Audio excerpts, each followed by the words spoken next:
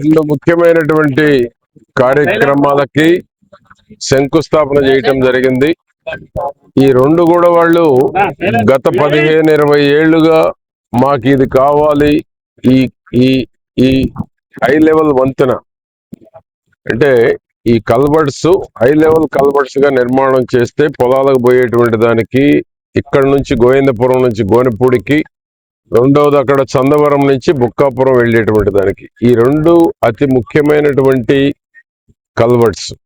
ఇది 40 లక్షల రూపాయలతోటి, అక్కడ 15 లక్షల రూపాయలతోటి ఈ రెండు కూడా కల్వర్ట్స్ నిర్మాణం చేస్తే చందవరం నుంచి బుక్కాపురం వెళ్ళేటువంటి దానికి 5 కిలోమీటర్ల రోడ్డు కూడా అంచనాలు పెట్టి పూర్తి స్థాయిలో జీరాంజీలో దాన్ని చేస్తే ఆ రెండు గ్రామాల్లో దాదాపు 3 గ్రామాల రైతులు పొలాలకు పోయేటువంటి దానికి కానీ ఆ భూముల ధరలు పెరిగేటువంటి దానికి ఉపయోగపడుతుంది.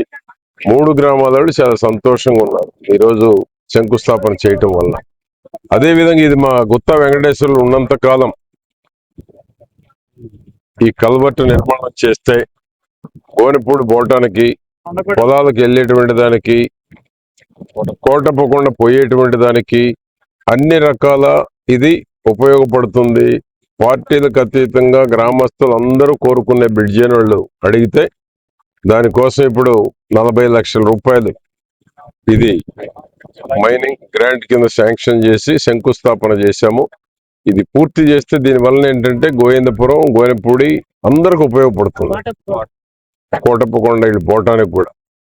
కాబట్టి ఈరోజు ఒక రెండు ముఖ్యమైన చాలా ప్రాధాన్యత కలిగినటువంటి కల్వర్ట్స్ కి శంకుస్థాపన చేశాము. అది త్వరలో పూర్తి చేసి ఈ రోడ్లు కూడా ఏదైతే గోవిందపురం టు గోనెపూడి, చందవరం టు బుక్కాపురం ఈ రోడ్లు కూడా నిర్మాణం చేస్తే వాళ్ళకి ఆ గ్రామాలు వెళ్ళేటువంటి దానికి దూరం కూడా తగ్గేటువంటి అవకాశం ఉంది. ఇది గ్రామస్తులందరికీ సంతోషకరమైనటువంటి అభివృద్ధి కార్యక్రమం. ఆ విధంగా ఈరోజు ఈ యొక్క కార్యక్రమాలకు శంకుస్థాపన చేయటం జరిగింది.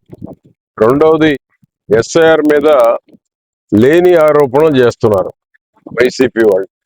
వాళ్ళకేంటి విష ప్రచారం చేయటానికే ఆ ఛానల్ పత్రిక పెట్టుకున్నట్టు కనపడుతుంది. వాళ్ళకి బిఎల్ఏలు ఉన్నారు,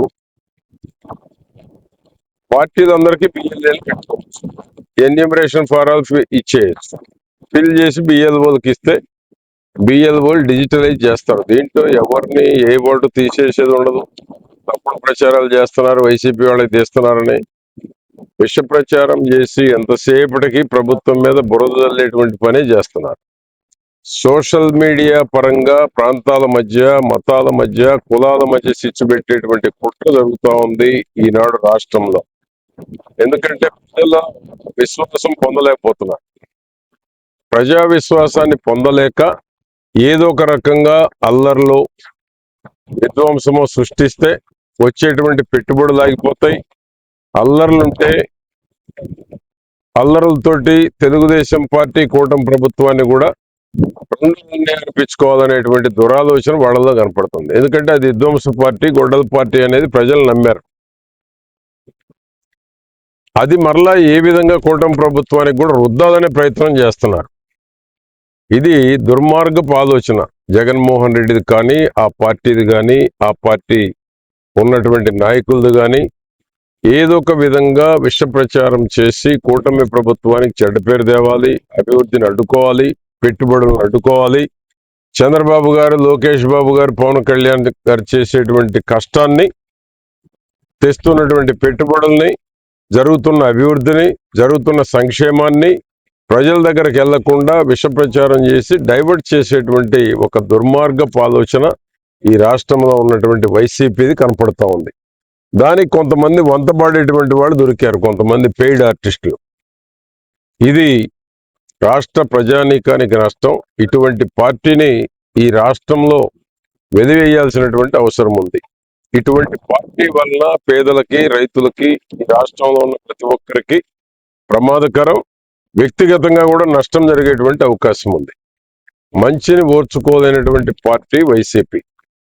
జరుగుతున్న అభివృద్ధిని చూసి తట్టుకోలేక ఇటువంటి కుట్రలు, కుయుక్తులు చేస్తూ ఉన్నారు. ప్రజలు వాళ్ళని విశ్వసించేటువంటి పరిస్థితుల్లో లేరు.